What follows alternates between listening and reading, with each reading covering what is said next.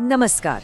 आज हम बात करने वाले हैं भारत के एक ऐसे राज्य की जो शायद अभी सुर्खियों में न हो, लेकिन अंदर ही अंदर एक इंडस्ट्रियल पावर हाउस बनने की तैयारी कर रहा है। जी हाँ, हम बात कर रहे हैं छत्तीसगढ़ की। और हम समझेंगे एक बहुत ही दमदार तर्क को जो बताता है कि छत्तीसगढ़ अपनी असली क्षमता को कैसे अनलॉक कर सकता है। तो सबसे पहला और बड़ा सवाल यही है कि आखिर छत्तीसगढ़ में ही इतनी सारी इंडस्ट्री क्यों लग रही हैं? इसका जवाब इसकी जमीन के ठीक नीचे छिपा है। इसे ऐसे समझिए, छत्तीसगढ़ प्राकृतिक संसाधनों का एक खजाना है। अब इसमें सरकार की स्मार्ट पॉलिसीज भी जोड़ दीजिए और नतीजा ये उद्योगों के लिए एक मैग्नेट बन गया है जो उन्हें अपनी तरफ खींच रहा है। यही इसके शानदार विकास का सीक्रेट है। लेकिन ये जो इंडस्ट्रियल बूम है ना, ये पूरे राज्य में एक जैसा नहीं है। इसकी असली ताकत तो 4 खास शहरों से आ रही है। चलिए एक एक करके इन पावर हाउस शहरों को जानते हैं जो छत्तीसगढ़ की अर्थव्यवस्था को रफ्तार दे रहे हैं। लिस्ट में सबसे पहले है रायपुर। देखिए, ये सिर्फ छत्तीसगढ़ की राजधानी नहीं है, ये तो इसका इंडस्ट्रियल दिल है। वो धड़कन है जहाँ से पूरे राज्य के विकास की नब्ज चलती है। रायपुर स्टील, पावर और सीमेंट का गढ़ तो है ही, साथ में यहाँ का इंफ्रास्ट्रक्चर कमाल का है। और ऊपर से स्पेशल इकोनॉमिक जोन, मतलब ऐसी जगह जहाँ कंपनियों को टैक्स में भारी छूट मिलती है। तो जाहिर है इन्वेस्टर्स के लिए तो ये किसी सपने के सच होने जैसा ही है। अब चलते हैं भिलाई। इस शहर का नाम सुनते ही जहन में क्या आता है? स्टील। पूरे देश में इसकी पहचान ही स्टील से है।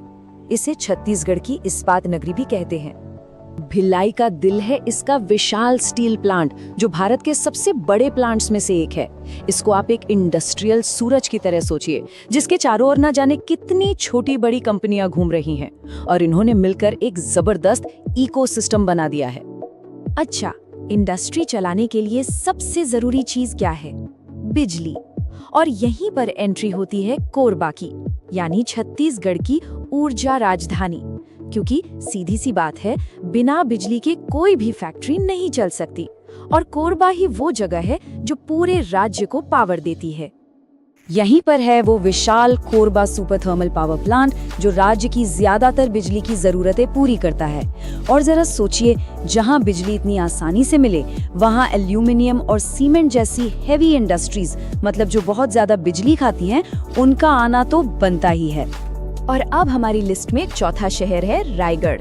ये भी एक तेजी से बढ़ता हुआ इंडस्ट्रियल शहर है, लेकिन रायगढ़ में हमारी कहानी एक बहुत ही दिलचस्प मोड़ लेती है, और इसकी वजह है यहाँ मिलने वाला एक बेहद कीमती खजाना।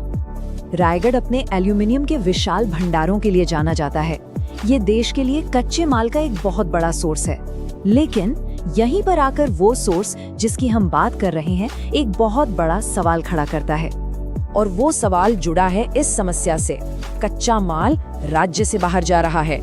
जिस सोर्स को हम देख रहे हैं उसके हिसाब से ये ऐसा है मानो कोई अपना ही खजाना उठाकर किसी और को दे रहा हो। अब देखिए ये होता कैसे है।